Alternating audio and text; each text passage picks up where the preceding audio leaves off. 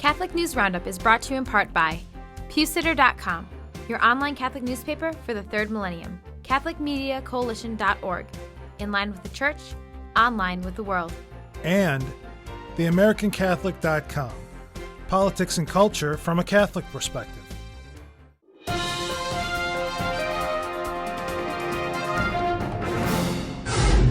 Hello and welcome to today's edition of Catholic News Roundup. I'm Simon Rafe. Egyptian constitution claims Islam.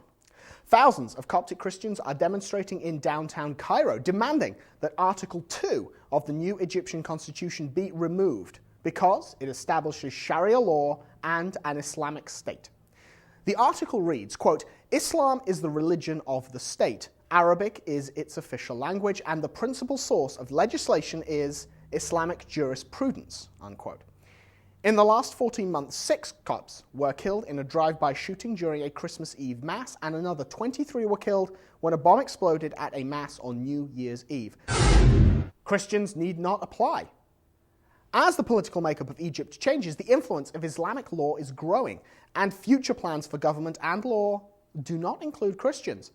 The Assyrian International News Agency is reporting that the Muslim Brotherhood says that Christians and women are not acceptable as candidates for the presidency in the new Egypt.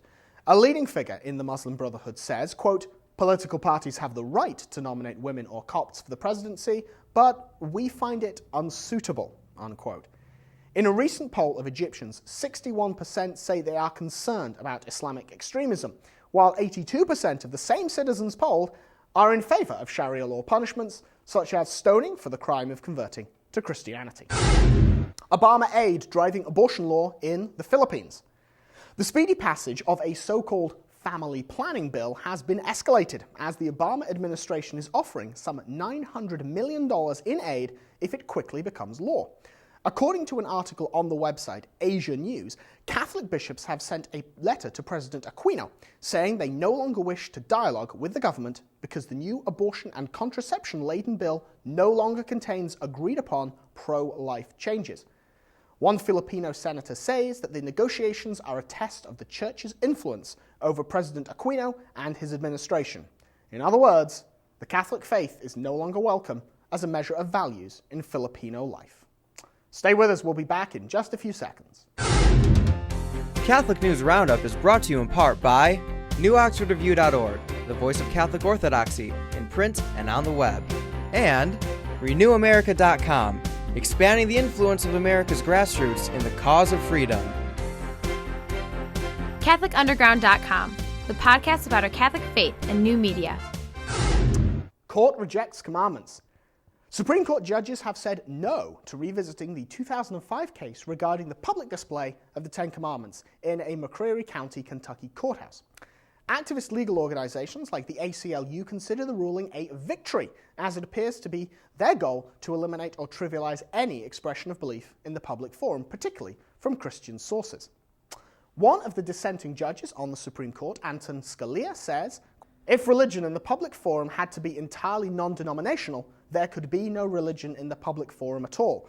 One cannot say the word God or the Almighty. One cannot offer public supplication or thanksgiving without contradicting the beliefs of some people that there are many gods, or that God or the gods pay no attention to human affairs."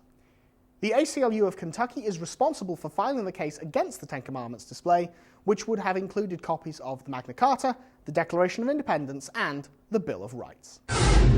And lastly, mapping the Anglican Ordinariate.